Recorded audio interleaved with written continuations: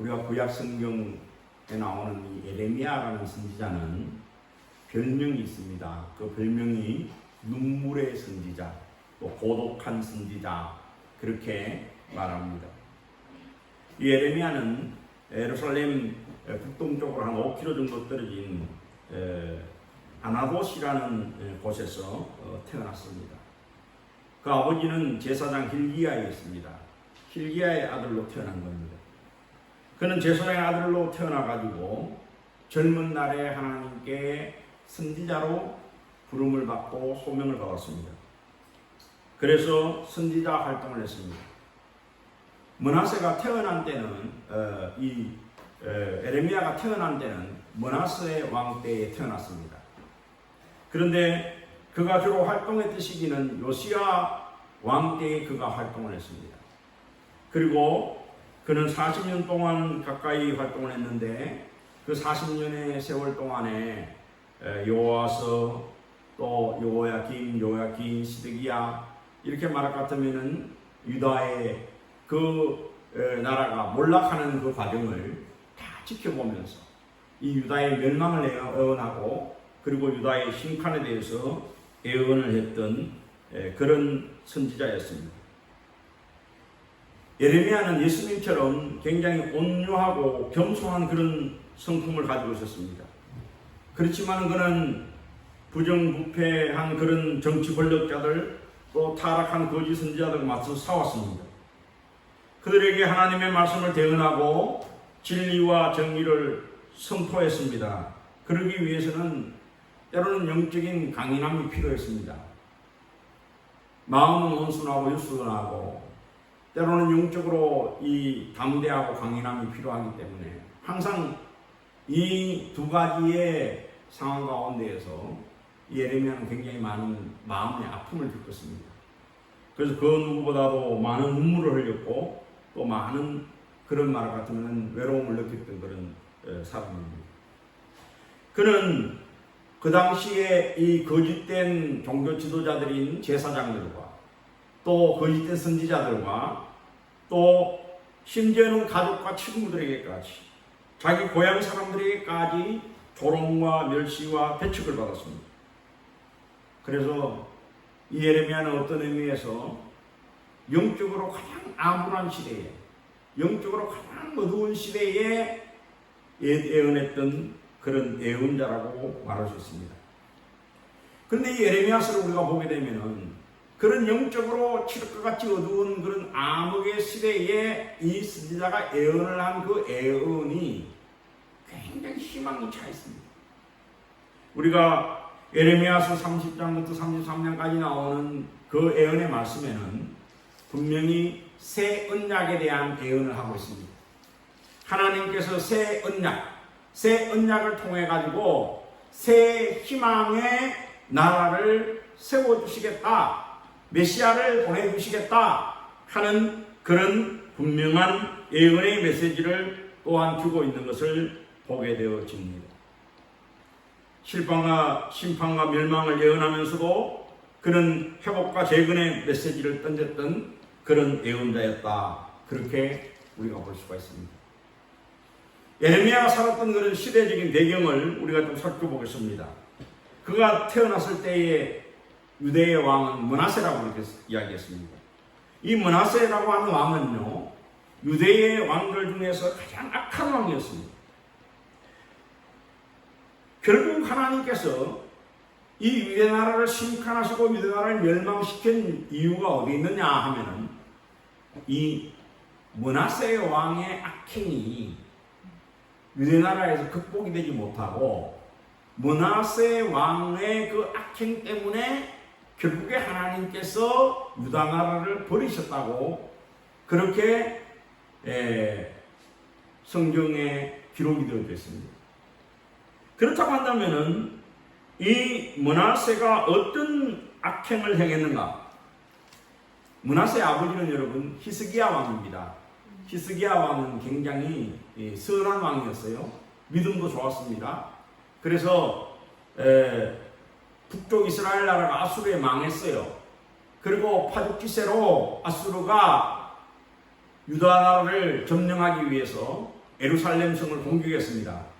그런 가운데도 이 히스기야는 하나님을 믿는 믿음으로 하나님과 연합해서 그래서 그 아수르를 물리쳤습니다. 엄청난 그런 말 같으면 대군을 이끌고 온 그 아수르를 물리칠 수 있었습니다. 그렇게 말 같으면 선한 왕, 선한 아버지 밑에 악한 그런 왕이 나왔다는 겁니다. 참 어떻게 보면 불행한 역사이죠. 이 므낫세 왕은 히스기야 왕이 세워놓았던 그런 말 같으면 하나님의 전을 제대로 돌보지 않았습니다. 그리고 히스기야 왕이 다 헐어버렸던 그 산당을 다시 말 같으면 세웠습니다. 그리고 바알과 아세라 여신상을 만들어가지고 사람들에게 그 바알과 아세라를 섬기도록 하고 그리고 해와 달과 별신을 섬기도록 하고 그리고 이 성전에다가 이방 신들의 단을 쌓고 심지어는 하나님이 가장 가증하게 여기고 하나님께서 가장 미워하시는 흰놈의 골짜기에서 자기 아들을 희생제물로 드리는 이 몰렉신에게 희생제물을 드리는 그런 끔찍한 그런 범죄 행위를 했습니다. 하나님이 점을 치고 마술을 하고 요술을 하고 또 영매와 점쟁이들을 찾아다니는 걸 싫어하는데도 이 므낫세 왕은 그런 것들을 했습니다. 그래서 이런 악행 때문에 여호와 하나님께서 진노하신 겁니다. 하나님께서 화를 내신 겁니다. 그래서 이 므낫세 왕 때에 많은 그런 어려움과 고통이 있었습니다. 그 므낫세 왕 때에 예루살렘은 말할 것 같으면 온 거리가 피로 물드는 그런 어려움이 있었다 그렇게 했습니다. 하나님께서는 므낫세의 악행에 대해서 여러 차례 경고했습니다. 그러나 그는 듣지 않았습니다. 그래서 여호와 하나님께서 이 아시리아 군대, 이 아수르 군대를 보내가지고 유다를 치게 했고 므낫세는 생포가 되어서 그 코가 깨가지고 쇠사슬에 묶여서 바벨론으로 끌려가는 그런 말 같으면 비참한 비극을 당하게 됐습니다. 그러나 그가 말년에 회개하고 하나님 앞에 부르짖을 때에 비록 그가 탈선한 왕이지만 하나님께서는 자비와 긍휼을 베푸셨어요. 그래가지고 그 다윗의 왕조가 무너지지 않고 지속되게 되었다는 겁니다. 그 아들 아몬이 왕이 되었는데 2년 만에 죽었습니다. 그러고 난 다음에 그 아몬의 아들인 요시야가 8살 때에 왕이 되었던 겁니다. 그런데 므낫세 왕은 참 악한 왕이었지만은 요시야 왕은 또 굉장히 선한 왕이었습니다. 그래서 그는 성전을 정화했습니다. 성전에서 율법책을 발견했습니다. 그리고 그 율법책을 가지고 온 이스라엘 백성들을 모아놓고 그 율법책을 읽게 하면서 모든 유다 나라에 있는 그런 우상을 제거하고 그 유다 백성들의 마음을 하나님께로 돌아오게 하려고 종교개혁을 하면서 애를 썼던 그런 분입니다. 예레미야는 이 요시야 왕 13년에 그 나이 20세였을 때에 하나님의 선지자로 부름을 받았어요. 소명을 받았습니다. 그때 그는 말할 것 같으면 하나님께 이야기했습니다. 하나님, 나는 아이입니다. 제가 하나님의 그런 말씀을, 하나님의 일을 제대로 감당할 수 없습니다. 그렇게 말할 것 같으면 이야기했습니다. 여기 아이라는 것은 나이가 어리다는 말도 되지만 나는 부족한 사람입니다 하는 그런 이야기입니다. 하나님께서 나를 선지자로 부르셨지만 나는 너무나도 부족한 자입니다. 나는 연약한 자입니다. 그렇게 이야기했습니다. 하나님께서는 예레미야에게 분명히 말했습니다. 내가 모태에서 너를 짓기 전에 너를 알았고 내가 배에서 나오기 전에 너를 성별했다. 내가 너를 여러 나라의 선지자로 세웠다. 그렇게 하나님께서 말씀을 했습니다. 그러면서 너는 아이라고 말하지 말아라. 내가 너를 누구에게 보내든지 너는 가며 내가 내게 무엇을 명한 너는 말해라. 그렇게 에레미야서 1장에 분명하게 말씀하고 있는 것을 보게 되었습니다. 하나님께서 함께 하시니 두려워하지 말아라는 겁니다. 하나님께서 손을 내밀어서 내 말을 내 입에 두겠다. 그러니까 너는 하나님이 주시는 말씀만 대언하면 된다. 두려워하지 말아라. 내가 너와 함께한다. 분명하게 말씀하고 계십니다. 여러분, 우리가 좀 세상 살아가면 얼마나 두려운 일들이 많습니까? 힘든 일이 많죠? 그렇다 할지라도 우리 하나님이 우리와 함께 하시면은 우리가 승리할 줄로 아시기를 바랍니다. 하나님이 우리와 함께 하시면 우리가 두려워할 것이 없습니다. 하나님이 우리를 도와주시고 우리와 함께 하시면은 분명히 우리는 승리할 수 있습니다. 그러면서 이 에레미야에게 하나님께서 하신 말씀은 에레미야에게 보라, 내가 오늘 너를 여러 나라와 여러 왕국 위에 세워 내가 그것을 뽑고 파괴하고 파멸하며 넘어뜨리며 건설하고 심게 하느니라. 그렇게 말씀했어요. 그러니까 하나님께서 에레미야에게 하는 사역은 뽑고 그리고 파괴하고 파멸하게 하는, 넘어뜨리게 하는 사역을 먼저 하시겠다. 그렇게 말씀하는 겁니다. 우리가 여러분 재건축을 하려면 어떻게 해야 됩니까? 재건축을 하려면은 기존에 있던 낡은 집을 파괴해야 됩니다. 무너뜨려야 됩니다. 그리고 그것을 뽑아내야 됩니다. 넘어뜨려야 됩니다. 그래야지 새로운 건축을 할 수 있는 거예요. 어떻게 여러분 보면은 신축하는 것보다도 재건축하는 게 훨씬 더 어렵죠. 힘들죠. 지금 유다 나라의 상황이 여러분 그런 거라는 겁니다.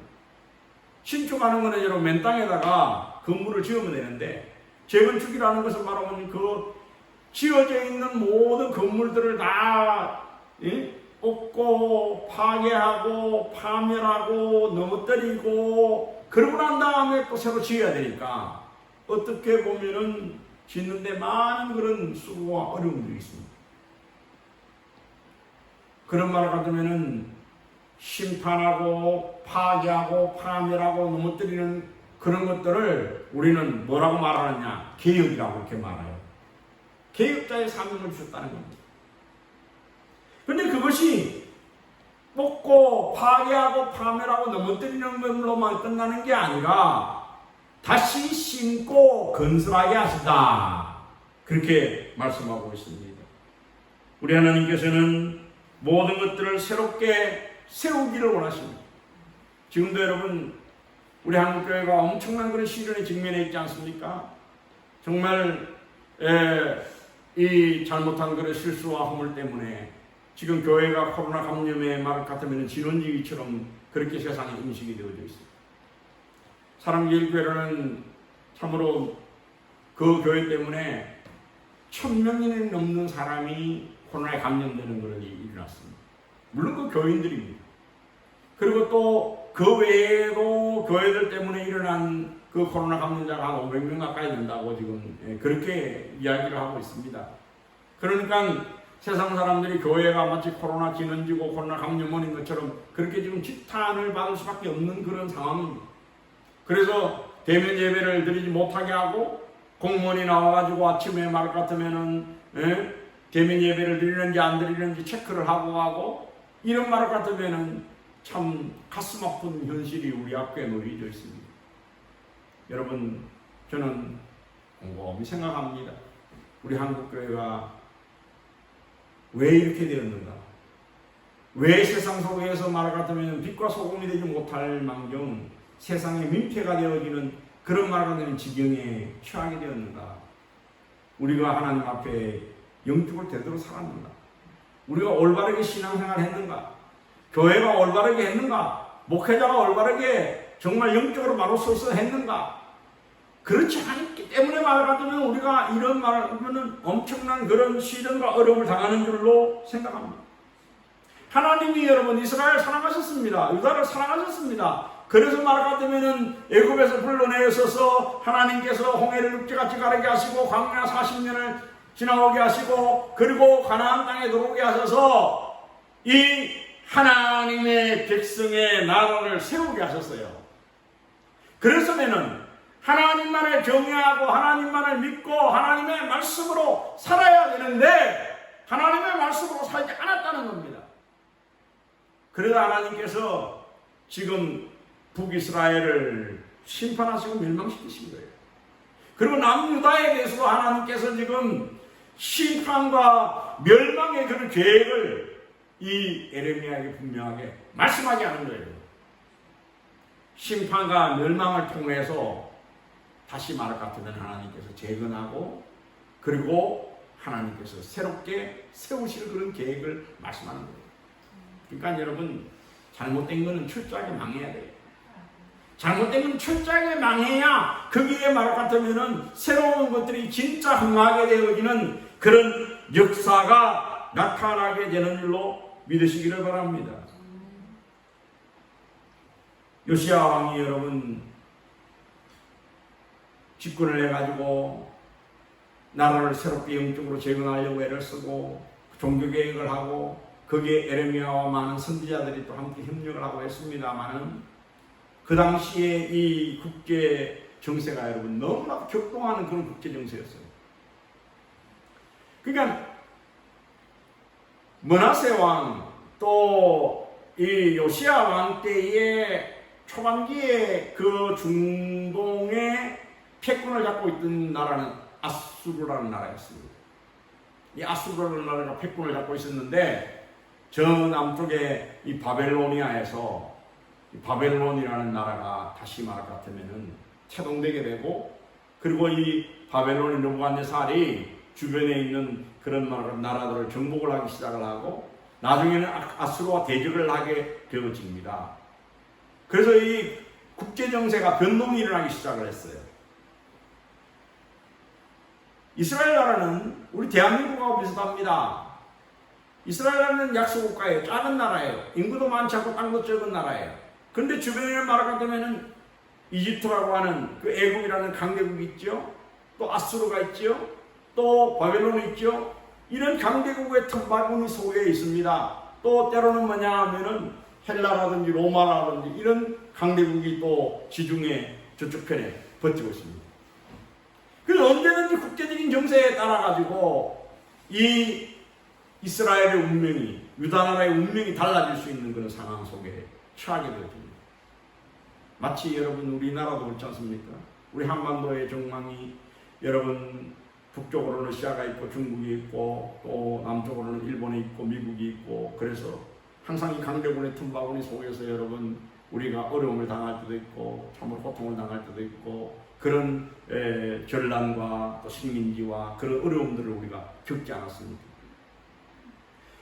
이런 말 같으면 국제정세가 나변하고 있는 그런 때에 중요한 게 있습니다, 여러분.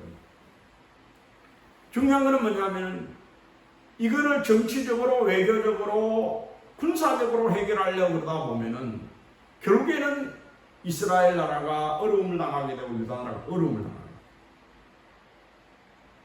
그러면은 여러분 이런 것들을 정치적으로, 외교적으로, 군사적으로 해결을 안 하고 어떻게 해결해야 됩니까? 하나님을 의지하고 하나님을 바라봐야 된다는 그런 이야기입니다. 하나님을 바라보고 하나님을 의지할 때 하나님께서 이스라엘 지켜주셨습니다. 유다를 지켜주셨습니다. 그러나 여러분 애굽을 의지하고 아수르를 의지하고 바벨론을 의지하고 그렇게 할 때는 여러분 여지없이 말 같으면은 어려움을 당하는 그것이 말 같은 국제정세입니다. 우리나라도 마찬가지예요. 어떤 사람은 미국하고 친하게 되어야 된다 그래서 친미를 이야기하고 어떤 사람은 중국하고 친하게 되는 친중을 이야기하고 어떤 사람은 일본하고 친하게 된다 그래서 친일을 이야기하고 어떤 사람은 러시아하고 친하게 되는 친러를 이야기하고 합니다만 여러분 이 강대국이 우리를 구원해 주는 게 아니에요. 우리를 도와주는 게 아니에요. 모든 국가는 여러분 강대국들도 자기의 국가 이익에 따라가지고 움직이는 거예요. 자기의 국가의 이익에 부합하면은 우리와 손을 잡고 자기의 국가 이익에 부합하지 않으면 언제든지 등을 돌릴 수 있는 것이 여러분 이 강대국들의 속성입니다. 그렇기 때문에 여러분 우리 강대국을 의지하면 안 돼요. 우리는 하나님을 의지하고 하나님의 말씀으로 우리가 굳건히 서야 할 줄로 믿습니다. 근데 요시야 왕이 종교개혁을 하고 신앙개혁을 하고 내적으로는 말을 같으면 열심히 했습니다만은 외적으로 일어나는 이 국제적인 정세 이 변화에 대해서 능동적으로 대처하지는 못했어요. 아수르가 이 바벨론의 이 공격을 받아가지고 어려움을 당하게 되었습니다. 그러니까 애굽에 있는 바로 르고가 아수르를 도와가지고 바벨론과 함께 말 같으면 싸우기 위해서 바벨론을 대적하기 위해서 군대를 이끌고 북쪽으로 진격하고 있었습니다. 그때 요시아가 그냥 가만히 있어야 되는데 요시아가 말 같으면 아수르를 싫어했어요. 왜냐 아수르가 북이스라엘 나라를 멸망시킨 나라이기 때문에 아수르를 싫어했습니다. 그래서 바벨론이 아수르를 치는 데 대해서 그냥 가만히 두지 뭘 애굽의 바로가 가서 말할 것 같으면 그것을 도와주려고 그러느냐. 그래서 머깃도에 나가서 애굽의 바로 왕이 그 아수르로 가가지고 도와주려고 하는 그걸 막으려고 했어요. 그래서 머깃도에서 전투를 하다가 결국에는 요시야 왕이 주전 609년에 죽고 말았습니다. 참 가슴 아픈 이야기죠. 요시야 왕이 죽고 난 다음에 요아서, 요아김, 시드기야 이 말 같으면 시절에 나라가 리더십을 잃어버리고 정체성을 잃어버리고 막 방황을 하면서 점점 아수르는 이제 약해지고 그리고 바벨론은 점점 더 강해지고 결국 나중에 이 애굽과 아수르가 연합을 해가지고 갈고미스라는 곳에서 바벨론 군대와 전투를 싸웠는데 주전 605년입니다. 그때 대패를 하고 맙니다. 결국에 큰 어려움이 나 있습니다. 그러고 난 다음 바벨론이 책 패권을 잡으면서 결국에 유다 나라가 주전 586년에 바벨론에 의해서 멸망을 하고 시드기야는 두 눈이 뽑히고 쇠고랑을 차가지고 끌려가는 그런 말 같으면 가슴 아픈 비극을 맞이하고 말았다. 그런 이야기입니다. 여러분 모든 것들이 잘 되고 흥하고 부흥하고 중흥할 때에 참으로 모든 일들을 하는 것은 쉬운 겁니다만은 이렇게 나라가 망해져가는 그런 상황에서 허물어져가는 그런 상황에서 이 에레미야 선지자가 몇 차례에 걸쳐가지고 하나님께 나라를 살려주십시오, 나라를 구해주십시오, 하나님 이 나라를 건져주십시오 그렇게 애타게 기도를 하고 그리고 나아가서 말하는 우리가 여호와 하나님께 돌아가야 합니다. 여호와 하나님께 돌아가야 합니다. 하나님께 돌아가는 게 살 뿐입니다. 그렇게 이야기를 하지만 백성들은 그 말을 들어야 안 들어요? 듣지 않는 거예요. 그러니까 그 에레미야의 마음이 얼마나 여러분 안타까운 마음이겠습니까? 오늘 이 에레미야서 15장 15절에서부터 여러분 21절까지의 말씀은 그 안타까운 에레미야의 심정의 표현이 여기에 담겨 있습니다. 먼저 우리 15절부터 우리 18절까지가 이 에레미야의 탄식입니다. 여호와여 주께서 아시온이 원하건대 주는 나를 기억하며 돌보시사 나를 박해하는 자에게서 보복하시고 주의 오래 참으심으로 말미암아 나로 멸망하지 아니하게 하옵시며 주를 위하여 내가 부끄러움을 당하는 줄 아시옵소서 그랬습니다.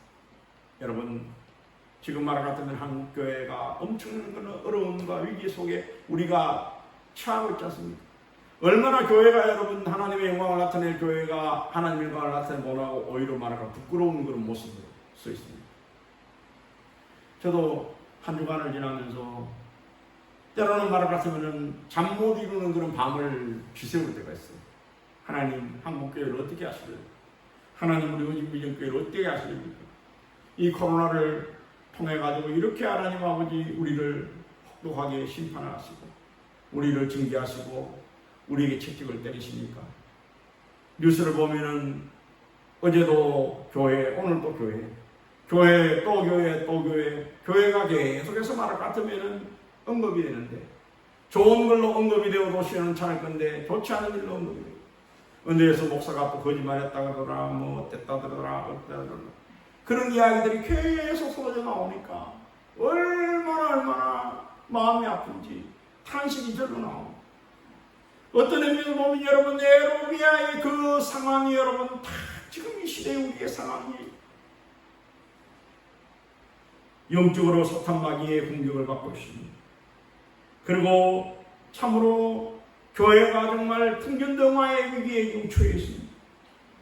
또 부끄러움을 당하는 그런 어려움에 처해 있습니다. 그래서 에르미야는 이렇게 말합니다.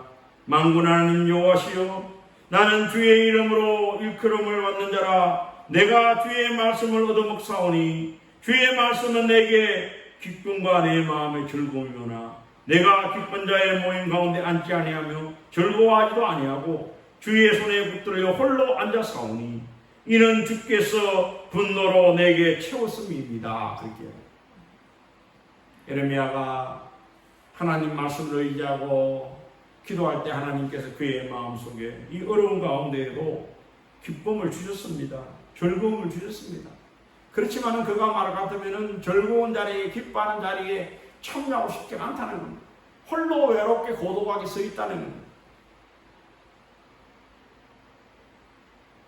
그러면서 나의 고통이 계속하여 상처가 중하여 낫지 아니하면 어찌 됨이니까 주께서 내게 대하여 물이 말라서 속이는 시내 같지 않으니까. 물이 말라가지고 여러분 비틀어진 그런 시내 얼마나 여러분 안타깝습니까? 시내에는 여러분 뭐가 많아야 돼요? 물이 철철 넘치고 시내가에는 말 같으면은 나무가 푸르고 청청하고 그렇게 해야지 그게 여러분 아름다운 그런 시내의 모습이지 않습니까? 강의 모습이지 않습니까? 근데 시내에 물이 없어요. 그래가지고는 완전 시내가에 있는 나무들이 다 말라 비틀어졌어요. 그런 말을 갖다면은 지금 어려운 영적인 상황. 그리고 이 에레미야의 몸의 상처와 고통이 점점 더 심해지는 그런 아픔을 이 에레미야 선지자가 느끼고 있는 거예요. 어떤 의미에서 보면은 이 지구가 여러분 고통을 당하는 거, 또 이 나라와 민족들이 고통을 당하는 거, 또 교회가 고통을 당하는 모습을 우리가 보는 것 같지 않습니까? 여러분 코로나 때문에 지금 온 세계가 여러분 몸살을 앓고 있잖아요. 근데 어떤 분이 그런 이야기를 해요. 우리가 여러분 체온을 재보면은 우리 체온이 몇 도가 나와야 됩니까? 36.8도 정확하게 나오는 거죠. 36.8도 우리 정상적인 체온입니다. 제가 참 체온을 요즘 자주 재봐요. 왜냐하면 코로나가 난 다음부터 이렇게 체온계를 사가지고 수시로 제가 체온을 체크를 해봅니다. 그러면은 항상 36.8도, 36.7도, 36.9도 그 사이에서 체온이 왔다 갔다 해요. 참 신기하다 생각이 들어요. 먹는 것이 다르고 뭐 그런 어떤 여러 가지 환경의 변화가 있어도 그래도 뭐냐면 항상 체온은 정확하게 우리의 몸의 온도를 유지해 주거든요. 근데 37도까지는 괜찮은데 37.5도가 넘어가면 어떻게 돼요? 그러면 우리 몸이 여러분 열이 나면 아프잖아요. 힘들잖아요. 근데 여러분 지금 이 지구가 그런 몸살을 앓고 있다는 거예요. 지구 온난화로 인해서 지구의 평균 온도가 1도, 2도, 3도, 4도 올라갑니다. 사람은 여러분 체온이 1도만 올라가도 아파가지고 들어눕고 여러분 2도만 올라가도 여러분 혼수 상태에 빠지는데 이 지구가 여러분 지금 온난화로 인해 가지고 지구의 온도가 올라가면 이 지구가 얼마나 아프겠냐는 이야기예요. 얼마나 고통스럽겠냐는 거예요. 이 지구가 이렇게 아프니까 이 지구가 코로나를 보냈다는 거예요. 그래서 야 인간들아, 내가 열이 너무 나가지고 아파서 견딜 수가 없어. 너희들 좀 말할 것 같으면 한번 아파봐. 너희들도 코로나에 걸려가지고 열이 나면 얼마나 고통스러운지 너희들 한번 말할 것 같으면 고통당해봐. 이 지구 좀 말할 것 같으면 괴롭히지 말아줘. 그러면서 말할 것 같으면 지구가 아우성을 치고 있다는 거예요. 여러분, 우리가 코로나 걸리면 여러분 어떤 현상이 생깁니까? 열이 날 뿐만 아니라 폐가 망가진다 그럽니다. 폐가 망가지면 어떻게 돼요? 숨을 제대로 쉴 수가 없어요. 여러분 마스크를 지금 끼고 있으니까 여러분 답답하지요. 여름철에 마스크 끼고 있으면 더 답답합니다. 숨쉬기도 힘듭니다. 찬양 부를 땐 또 더 힘들고요.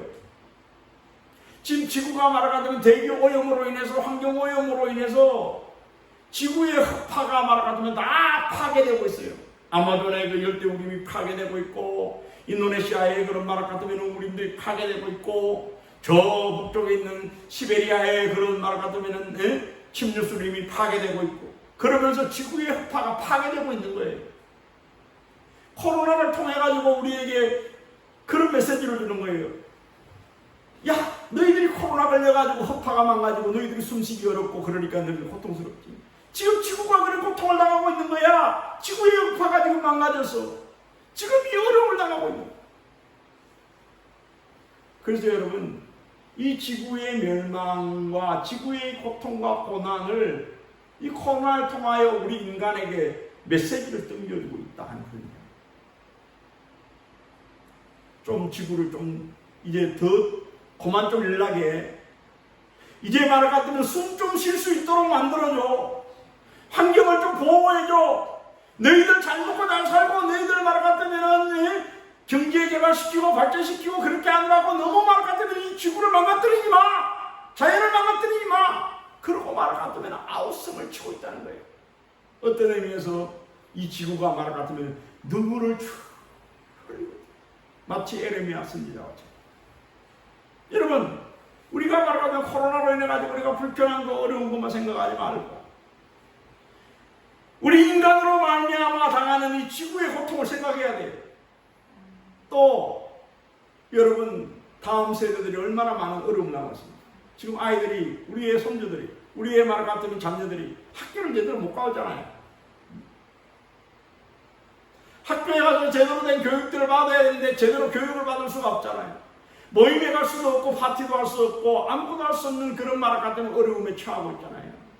그래서 저는 참 다음 세대를 생각하면 너무 마음이 아파요. 우리 아이에 뭐 60 살았고 권사님 80을 살았었으니까 우리가 뭐 10년, 20년, 뭐 길어야 30년 더 살면은 우리가 어떻게 보면 버틸 수 있어요. 그러나 여러분, 우리 다음 세대가 살아가야 될 그 말 같으면은 20년, 30년, 50년, 100년의 세월 어떻게 할 거냐. 이걸 우리가 생각하면서 여러분, 우리 가슴 아파하지 않아야 되겠습니까? 이걸 생각하면서 우리가 여러분 눈물의 기도를 드려야 되지 않겠습니까? 바로 에레미야의 마음이 그런 마음이에요. 하나님 앞에 탄식하는 거예요. 하나님, 너무너무 마음이 아파요. 이 망하는 조국을 보면서, 이 망하는 세상을 보면서, 이 망하는 유다 백성들을 보면서, 이 망하는 성전과 교회를 보면서 너무너무 마음이 아파요. 너무너무 마음이 아파요. 탄식하는. 근데 그런 에레미야의 탄식의 기도를 듣고 눈물의 기도를 듣고 하나님께서 에레미야에게 말씀하십니다. 여호와께서 이와 같이 말씀하시되, 내가 만일 돌아오면은 내가 너를 다시 이끌어 내 앞에 세울 것이며, 내가 만일 헛된 것을 버리고 귀한 것을 말하면은 너는 나의 입이 될 것이라. 그들은 내게로 돌아오니와 너는 그들에게로 돌아가지 말지니라. 네가 하나님 앞에 돌아오면은 내가 너를 지켜주겠다. 내가 너를 도와주겠다. 너와 함께 해주겠다. 다시 내가 너를 선지자의 직무를 줘서 세워주겠다. 그렇게 분명하게 말씀하고 있습니다. 이거는 여러분, 오늘 우리 한국교회에 대해서 하나님 주시는 메시지로 있습니다. 한국교회야 하나님의 말씀으로 돌아오느라 너희들이 영적으로 새롭게 되어라. 그러면은 내가 말할 것 같으면 너희들이 세상의 빛과 소금이 되는 직분을 다시 감당할 수 있도록 세워주겠다. 여러분, 지난 주에 문재인 대통령하고 교계 지도자들이 만나서 대화를 나눴습니다. 그때 문재인 대통령은 그런 이야기했어요. 저는 이 기독교가 우리나라의 역사에 얼마나 크게 기여했는지를 압니다. 초창기에 정말 우리나라의 이 개화와 또 이 근대화를 위해서 많은 교회를 세우고 또 학교를 세우고 병원을 세우고 기여했던 걸 압니다. 또 나라를 잃었을 때 교회가 앞장서서 독립운동을 하고 정말 나라의 독립을 쟁취하기 위해서, 광복을 쟁취하기 위해서 교회가 한 노력을 압니다. 그리고 우리나라가 군사독재 시절에 비민주화 되었을 때 그때 민주화를 위해서 얼마나 교회가 노력했는지를 압니다. 또 우리 한국교회가 우리나라의 복지가 정부에서 제대로 감당하지 못할 때에 얼마나 많은 복지와 그런 사회사업을 위해서 기여한 걸 저는 압니다. 정말 우리 한국 기독교는 한국 사회에 중요한 그런 역할을 지금까지 해왔습니다. 그렇게 이야기했습니다. 그렇습니다, 여러분. 정말 우리나라가 어려울 때에 의료 선교사들이 들어오고 또 선교사님 들어와서 학교를 세우고 여러분 병원을 짓고 얼마나 많은 그런 일들을 하셨습니까? 또 여러분 나라가 어려울 때 독립을 위하여 얼마나 많은 우리 그리스도인들이 독립운동을 했습니까?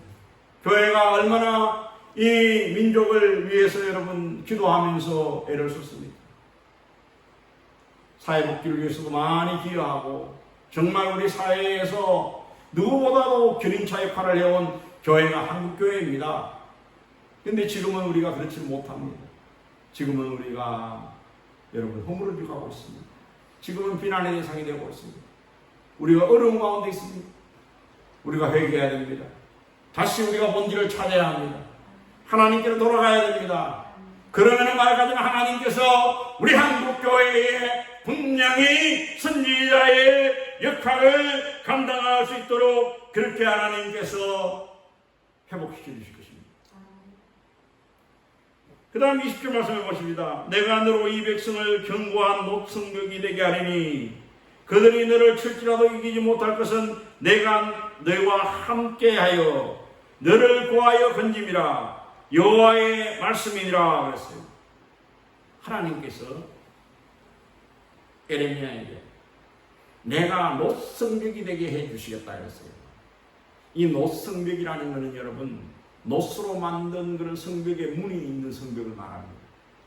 그러니까 철옹성이라는 말을 좀 들어보셨습니다. 어떤 말 같으면 강남 군사도, 어떤 말 같으면 대포도, 어떤 말 같으면 그런 공격무기도 무너뜨릴 수 없는 그런 방벽을 상과 같은 철옹성을 하나님께서 세워주시겠다 그렇게 말씀합니다. 어떤 사탄마귀도 공격할 수 없는, 어떤 악한 것들이 이 말을 가지고 무너뜨릴 수 없는 그런 말을 가지면 철옹성으로 하나님께서 하나님의 백성, 하나님의 자녀들을 지켜주시겠다 분명하게 말씀합니다. 여러분, 하나님께서 우리를 철옹성으로 지켜주시기 원합니다. 우리 어지미제 교회를 지켜주시기를 원합니다. 우리 성도들의 가정을 지켜주시기를 원합니다. 우리 대한민국을 지켜주시기를 원합니다. 이 지구를 지켜주시기를 원합니다. 우리가 회개하고 돌아갈 때에 하나님께서 그런 은혜를 주신다는 겁니다. 하나님은 우리와 함께 하십니다. 여러분, 철옹성이 될 줄로 믿습니다. 녹방벽이 될 줄로 믿습니다. 내가 너를 악한 자의 손에서 건지며 무서운 자의 손에서 구원하리라. 하나님이 우리를 도와주십니다. 여러분, 결론적으로 제가 말씀드립니다. 여러분, 우리가 신앙생활을 하는 이 믿음의 구원의 역사를 주는 복음이라는 게 뭡니까? 이 복음을 우리가 잘 생각해야 돼요. 여러분, 복음이라는 것은 종교가 아닙니다, 여러분. 우리가 인간이 무슨 신에게 나아가기 위해서 노력하고 어떤 공덕을 쌓고 하는 그런 말은 종교가 아니에요. 복음은 여러분 하나님의 은총입니다. 하나님의 은혜로 예수 그리스도를 통해서 우리가 제사함 받고 구원받아 하나님의 자녀가 되어서 하나님 나라가 되어지는 겁니다. 하나님 나라의 그 은혜를 받는 겁니다. 이게 복음이에요. 그렇기 때문에 여러분 신앙, 이 복음이라는 것을 절대로 우리가 종교적으로 말할 것 같으면 전환시켜서는 안 돼요. 반환시켜서는 안 돼요. 은사주의자들, 기복주의자들, 상업주의자들 이런 자들은 말할 것 같으면은 교회를 마치 뭐냐면은 무당의 극당처럼 또 어떤 그런 사이비 종교의 어떤 그런 것으로 전환시켜서 만들어버립니다. 종교화 시켜버리는 거예요. 그걸 우리 경계해야 됩니다. 그리고 단호하게 그럼 끊어야 됩니다. 복음을 통해 우리에게 주어지는 신앙은 하나님과의 절대적인 관계예요. 절대적인 하나님과의 절대적인 관계예요. 절대적인 하나님만을 믿고 우리가 신앙생활하면서 살아가는 그걸 말하는 거예요. 또한 여러분 두 번째 큰 오류를 범하는 게 있습니다. 신앙, 복음을 정치적으로 치환시키는 사람이 있어요. 교회를 마치 정치 집단인 것처럼 생각합니다. 반영구운동 단체인 거 생각합니다. 그래서 말하자면 교인들을 말하자면 선동하고 선전해서 데모대로 끌고 다니는 겁니다. 옛날에도 여러분 그랬습니다. 근서독재 시절 때 민주화운동하는 교회들 가운데에서 여러분 너무 정치적으로 그게 몰입이 돼가지고 교회 가면 예배 시간에 여러분 운동권 노래 부르고 그러면서 뭐냐면은 마치 뭐냐면 교회가 반정부 투쟁의 장인 것처럼 그렇게 만들었던 적이 있습니다. 그거 여러분 잘못된 거예요. 오늘날도 여러분 여기입니다. 이제 말하자면 민주적인 정부가 서르고 또 말하자면 조금 진보적인 정부가 서니까 보수적인 사람들이 마치 교회를 말하자면 보수적인 정치 집단화 해가지고 반정부 투쟁을 하고 데모를 하고 그래가지고 뭐냐면은 목회자들이 광화문에 사람들 끌고 가서 데모하고 마치 그렇게 하는 것이 교회의 사명인 것처럼 그렇게 착각하는 사람도 있어요. 그거 여러분 영적인 타락입니다. 교회는 세상 정치하는 데가 아닙니다. 교회는 하나님의 통치를 구현하는 거예요. 하나님 나라를 실현하는 거예요. 그걸 우리가 분명히 알아야 합니다. 교회를 여러분 세상 정치로 타락시키면 안 돼요. 세상 정치는 여러분 보수 정치든지 진보 정치든지 다 이런 한계가 있어요. 다 불완전한 겁니다. 완전한 것은 바로 뭐냐? 하나님의 통치예요. 하나님의 공의와 하나님의 자유가 하나님의 진리가 실현되는 그것을 말하는 거예요. 교회는 여러분 아무리 약해 보이지만 하나님의 통치가 실현될 때 그 교회가 강한 교회인 줄로 믿으시기를 바랍니다. 우리 그리스도인들은 여러분 그게 참 실해야 돼요. 그런데 여러분 정치적으로 교회를 끌고 들어가가지고 결국에는 교회가 이렇게 말 같으면 여러분 우살을 당하고 어려움 당하지 않습니까? 여러분 이런 말을 가지고 위기의 시대를 맞아서 이런 암흑의 시대를 맞아 우리는 여러분 깨어 경성해야 될 줄로 믿습니다. 우리 어진비제 교회가 진리의 이빨을 넘쳐드려야 할 줄로 믿습니다. 우리가 말 같으면 더 기도하고 우리가 더 눈물을 흘리고 하나님 앞에 부르짖으며 하나님 앞에 돌아가서 한국교회를 살리는 교회가 되어야 될 줄로 믿습니다. 이 민족을 구원하는 교회가 될 줄로 믿습니다. 하나님께서 분명히 여러분 하나님께로 돌아오고 하나님과 함께하면은 하나님께서 악한 자의 손에서 구원해 주시고 건져 주시겠다고 분명하게 약속했습니다. 우리가 여러분 하나님을 믿고 의지한다면 분명히 하나님은 우리를 지켜주실 것입니다. 우리를 도와주실 것입니다. 우리를 보호해 주실 것입니다. 그걸 확실히 우리가 믿고 우리가 나아가는 하나님의 자녀들 다 될 수 있게 되기를 주님의 이름으로 축원합니다.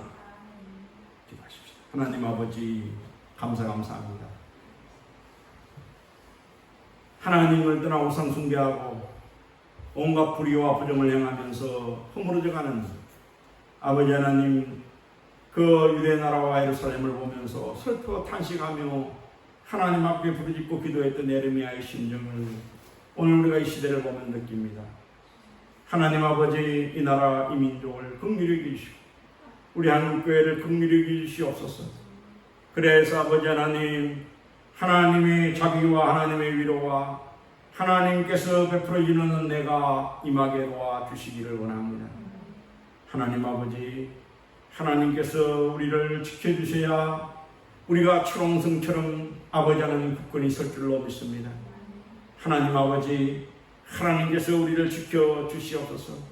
우리를 다시 아버지 하나님 선지자의 책임을 감당할 수 있도록, 빛과 소금이 될 수 있도록 하나님께서 회복시켜 주시기를 원하고 원합니다.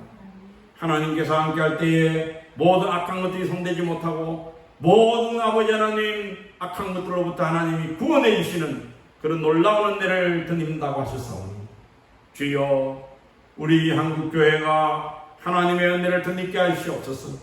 철저하게 아버지 하나님 뽑아야 될 것은 뽑고, 아버지 하나님 파괴해야 될 것은 파괴하고, 파멸할 것은 파멸하고, 아버지 하나님 넘어뜨리고 새롭게 건설하고 새롭게 심는 교회가 되게 하여 주시옵소서. 교회가 아버지 하나님이 코로나 사태를 통하여 굉장히 영적으로 거듭나기를 원합니다. 갱신되기를 원합니다. 또한 아버지 하나님이 코로나를 통하여서 우리 인간의 탐욕과 제약된 그런 모든 삶이 변화되기를 원합니다. 하나님 아버지 역사하여 주시옵소서. 그래서 온전히 저희들의 삶이 하나님의 영광을 나타내는 삶이 될 수 있도록 축복하여 주시옵소서. 예수님 이름으로 기도드렸습니다.